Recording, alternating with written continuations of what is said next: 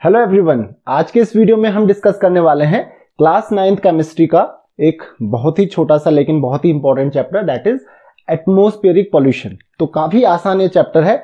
इससे पहले मैंने क्लास 9th केमिस्ट्री के सारे चैप्टर्स ऑलरेडी कवर कर लिए हैं, तो ये हमारा लास्ट चैप्टर होगा और इसके बाद आपका क्लास 9th केमिस्ट्री का सिलेबस कंप्लीट हो जाएगा। तो इस चैप्टर में कुछ डिफरेंट पार्ट्स में हम इस चैप्टर को डिस्कस करेंगे। तो आज हम केवल इंट्रोडक्शन के बारे में पढ़ेंगे कि इस चैप्टर में एक्चुअली हमको पढ़ना क्या क्या है। तो काफी इंटरेस्टिंग ये चैप्टर होने वाला है और आपकी रियल लाइफ से काफी रिलेटेड है, क्योंकि आज के टाइम पे atmospheric pollution is one of the biggest threat. हमारे लिए एक सबसे बड़ी प्रॉब्लम ये एटमॉस्फेरिक पॉल्यूशन है और इससे डील करना काफी डिफिकल्ट होते जा रहा है डे बाय डे हमारे लिए। तो हम इस चैप्टर में समझेंगे कि ये एटमॉस्फेरिक पॉल्यूशन है क्या और ये हमारे लिए कितना खतरनाक हो सकता है। तो चलिए हम स्टार्ट करते हैं विद इंट्रोडक्शन। तो इंट्रोडक्शन में हम पहले एटमॉस्फेरिक पॉल्यूशन को समझते हैं कि एटमॉस्फेरिक पॉल्यूशन होता क्या है। अब यहाँ पे आपके पास दो टर्म्स आते हैं, एटमॉस्फेरिक और पॉल्यूशन। एटमॉस्फेरिक यानी कि आपके एटमॉस्फेयर से इसका लेना देना है आपकी अर्थ के अराउंड जितनी भी गैसेस का जो मिक्सचर है, इसको हम क्या कहते हैं, एटमॉस्फेयर कहते हैं। तो इस एटमॉस्फेयर में जो पॉल्यूशन होता है ना, पॉल्यूशन का मतलब क्या होता है, पॉल्यूशन जो वर्ड आया है, पॉल्यूशन वर्ड आया है वर्ड पॉल्यूट से। क्या, किससे? पॉल्यूट से। पॉल्यूट का मतलब क्या होता है, टू मेक समथिंग डर्टी, किसी चीज को गंदा कर देना। तो एटमॉस्फेरिक पॉल्यूशन को गंदा कर देना यानी कि एटमॉस्फेयर को गंदा कर देना या तो एटमॉस्फेयर को खराब करना, that is atmospheric pollution. But definition क्या लिखेंगे हम, खराब कैसी होती है चीजें, गंदी कैसी होती है, whenever there is a presence of some unwanted substances, unwanted particles which may be harmful। कोई भी चीज खराब गंदी कब होती है, जब वहां पे कोई ऐसे सब्सटेंसेज आ जाते हैं जिनकी हमको जरूरत नहीं है और हमारे लिए हार्मफुल हो सकते हैं। So what is atmospheric pollution? It is the presence of some unwanted particles और substances in our atmosphere which may be harmful for animals and plants, which are harmful for animals and plants, both animals और plants के लिए, हमारी life के लिए जो खतरनाक हो सकते हैं, ऐसी सब्सटेंसेस की जो प्रेजेंस होती है आपके एटमॉस्फेयर में, उसी को हम क्या कहते हैं, एटमॉस्फेरिक पॉल्यूशन कहते हैं। And such substances are known as pollutants. उनको हम क्या कहते हैं, उनको हम वर्ड यूज करते हैं उनके लिए, पॉल्यूटेंट्स। तो पॉल्यूटेंट्स क्या कहते हैं, पॉल्यूटेंट्स होते क्या है, these are the unwanted substances which are present in our atmosphere and harmful for us, यानी कि हमारे लिए, ह्यूमंस के लिए, एनिमल्स के लिए, प्लांट्स के लिए हार्मफुल होते हैं ये पॉल्यूटेंट्स। अब हम बात करेंगे सोर्सेज ऑफ एटमॉस्फेरिक पॉल्यूशन, या इन पॉल्यूटेंट्स का सोर्स होता क्या है, ये पॉल्यूटेंट्स आते कहां से, क्योंकि जब ये पॉल्यूटेंट्स आते हैं तभी पॉल्यूशन होता है। तो इनके सोर्स के बारे में बात करेंगे ताकि हम लोकेट कर सकें कि ये आ कहां से रहे हैं, और जब हम आइडेंटिफाई कर लेंगे कहां से आ रहे हैं तभी हम उसके लिए कुछ कर भी सकते हैं। तो आज हम सोर्सेज के बारे में पढ़ेंगे। तो आपको पता है कि दो तरीके के सोर्सेज होते हैं, दो तरीके से ये पॉल्यूटेंट्स जो हैं वो आपके एटमॉस्फेयर में आते हैं। एक है आपके पास नेचुरल सोर्सेज और दूसरे हैं आपके पास man made sources. Natural sources, पहले हम नेचुरल सोर्सेज के बारे में बात करेंगे। नेचुरल सोर्सेज यानी कि जो नेचुरली होता है, नेचुरल नेचर से ही आता है, इसमें हमारा कोई हाथ नहीं है, उनको हम कहते हैं नेचुरल सोर्सेज। तो नेचुरल सोर्सेज क्या क्या है आपके एटमॉस्फेरिक पॉल्यूशन के या फिर पॉल्यूटेंट्स के? तो सबसे पहला है इसमें वॉल्केनिक इरप्शन। तो वॉल्केनिक इरप्शन आपने देखा होगा कि volcanic eruption time by time होते रहते हैं और कभी कभी बहुत ही ज्यादा खतरनाक होते हैं। तो इनमें हर वॉल्केनिक इरप्शन में काफी हार्मफुल गैसेज निकलते हैं, जैसे सल्फर डाइऑक्साइड जैसे, या ऑक्साइड्स ऑफ नाइट्रोजन, इनमें काफी हार्मफुल गैसेज निकलती हैं। तो ये जो वॉल्केनिक इरप्शन है, it is one of the sources.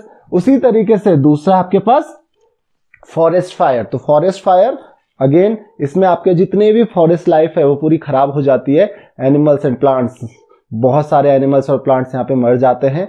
तो फॉरेस्ट फायर भी बहुत खतरनाक है। और केवल इतना ही नहीं होता है, वहां पे जितना भी ऑर्गेनिक मैटर बर्न होता है उससे sulphur dioxide, carbon dioxide, carbon monoxide जैसे गैसेस आपके एटमॉस्फेयर में आ जाती हैं, जो कि अगेन हमारे लिए इतने अच्छे नहीं होते हैं, ये हमारे लिए हार्मफुल होते हैं। तो second thing is forest fire, जो कि नेचुरल कॉजेस से भी हो सकती है। The third is dust storms. तो डस्ट स्टॉर्म्स यानी कि हवा चलती रहती है। अब जब भी ये हवा तेज होती है, स्टॉर्म की फॉर्म में आ जाती है और इसकी वजह से बहुत सारी धूल, बहुत सारी डस्ट जो है वो उड़ने लगती है आपके एटमॉस्फेयर में। अब ये डस्ट क्या होती है, आपके एटमॉस्फेयर में अब आ तो जाती है एक बार, लेकिन इतने इजीली ये नीचे सेटल नहीं होती है। तो ये जो डस्ट के पार्टिकल्स होते हैं वो आपके एटमॉस्फेयर में ही, आपके एयर में ही सस्पेंडेड रहते हैं, और इनकी वजह से, इन डस्ट पार्टिकल्स की वजह से जब आप सांस लेते हो और ये डस्ट पार्टिकल्स आपकी बॉडी में, आपके लंग्स में जाते हैं, तो ये आपके लिए लंग्स से रिलेटेड, रेस्पिरेशन से रिलेटेड डिजीजेस कॉज कर सकते हैं। तो the third is dust storm. तो डस्ट जब आपके एटमॉस्फेयर में जाते हैं तो उसकी वजह से भी ये हो सकता है। उसके अलावा DK of plants and animals, ये भी एक रीजन है किसका, एटमॉस्फेरिक पॉल्यूशन का। अब DK of plants and animals से क्या होता है कि जब एनिमल्स और प्लांट्स का डीके होता है, जब वो सड़ते गलते हैं, तो आपने देखा होगा बहुत बुरी सी स्मेल आती है, और उसकी वजह से जो बैक्टीरियल डिकम्पोजिशन होता है इसका, H2S गैस यानी कि हाइड्रोजन सल्फाइड गैस आपके एटमॉस्फेयर में रिलीज होती है। Again this is not very good for us. तो ये बहुत ज्यादा हार्मफुल गैस होती हैं। तो DK of plants and animals is also one of the causes. तो ये तो कुछ नेचुरल कॉजेज हो गए जिसकी वजह से हमारे एटमॉस्फेयर में पॉल्यूटेंट्स आते हैं या फिर एटमॉस्फेरिक पॉल्यूशन होता है। अब मैन मेड कॉजेज की बात करते हैं, वैसे और भी कॉजेज हैं बट मैं मेन कॉजेज की बात करूं। मैन मेड कॉजेज में जो सबसे इंपॉर्टेंट कॉजेज हैं, one is automobile and another is industries. Automobiles, अब ऑटोमोबाइल से, क्योंकि आपको पता है यहाँ पे हम फ्यूल यूज करते हैं, ऑटोमोबाइल्स में फ्यूल बर्न होता है, और फ्यूल के बर्न होने की वजह से क्या होता है, क्योंकि आपके इंजन में बहुत हाई टेम्परेचर में फ्यूल बर्न होता है, तो वहां से कार्बन डाइऑक्साइड, कार्बन मोनोऑक्साइड जैसे गैसेस तो निकलती हैं जो कि हमारे लिए हार्मफुल हैं। साथ ही साथ उसके अलावा ऑक्साइड्स ऑफ नाइट्रोजन भी वहां से निकलते हैं जो कि एसिड्स रेन में काफी बड़ा रोल प्ले करते हैं। तो उसके लिए कौन रिस्पॉन्सिबल है, आपके ऑटोमोबाइल्स रिस्पॉन्सिबल है। तो automobiles is one of the reason for pollutants. काफी ज्यादा कार्बन डाइऑक्साइड, कार्बन मोनोऑक्साइड जैसे गैसेस यहाँ से लिबरेट होती हैं। Second is industry. इंडस्ट्रीज भी काफी इंपॉर्टेंट रोल प्ले करता है फॉर एटमॉस्फेरिक पॉल्यूशन। तो एटमॉस्फेरिक पॉल्यूशन इंडस्ट्रीज की वजह से कैसे होता है, क्योंकि आपको पता है various kind of industries are there, बहुत अलग अलग तरीके की इंडस्ट्रीज हमारे पास हैं। जैसे अगर हम पावर सेक्टर की बात करें, जहां पे हम पावर जनरेट करते हैं, इलेक्ट्रिसिटी जनरेट करते हैं, तो वहां पे हम जनरली फॉसिल फ्यूल्स को बर्न करते हैं, आपके जैसे कोल वगैरह हो गया, पेट्रोलियम प्रोडक्ट्स हो गए। तो जब हम इनको बर्न करते हैं तो ऑब्वियसली इनको बर्न करके क्या होगा, ये जो कार्बन डाइऑक्साइड जैसी गैसेज है, सल्फर डाइऑक्साइड जैसी गैसेज है, वो लिबरेट होना शुरू हो जाती हैं आपके एटमॉस्फेयर में, जो कि आपके लिए काफी हार्मफुल है। उसके अलावा केमिकल इंडस्ट्रीज आती हैं जहां पे हम केमिकल्स वगैरह मैन्युफैक्चर करते हैं, different type of substances manufacture करते हैं। तो मैन्युफैक्चरिंग इंडस्ट्रीज में भी बहुत सारी, जैसे अब सल्फ्यूरिक एसिड आप केमिकल प्रोड्यूस कर रहे हो तो उसमें सल्फर डाइऑक्साइड गैस बनानी पड़ती है हमको, रिलीज हो गई एटमॉस्फेयर में, काफी हार्मफुल है। उसके अलावा जब हम रेफ्रिजरेटर्स में यूज करते हैं क्लोरोफ्लोरोकार्बन्स, तो ये काफी हार्मफुल हमारे लिए गैसेस होती हैं जो कि आपके एटमॉस्फेयर में रिलीज हो जाती हैं। तो इंडस्ट्रीज बहुत बड़ा रोल प्ले करती हैं। तो ये तो बहुत वास्ट टॉपिक हो जाएगा कि इंडस्ट्रीज में कहाँ कहाँ कौन कौन सा पोल्यूशन होता है और किस तरीके की गैसेज यहाँ पे हमको देखने को मिलेंगी जो कि एटमॉस्फेयर में रिलीज हो जाते हैं इजीली।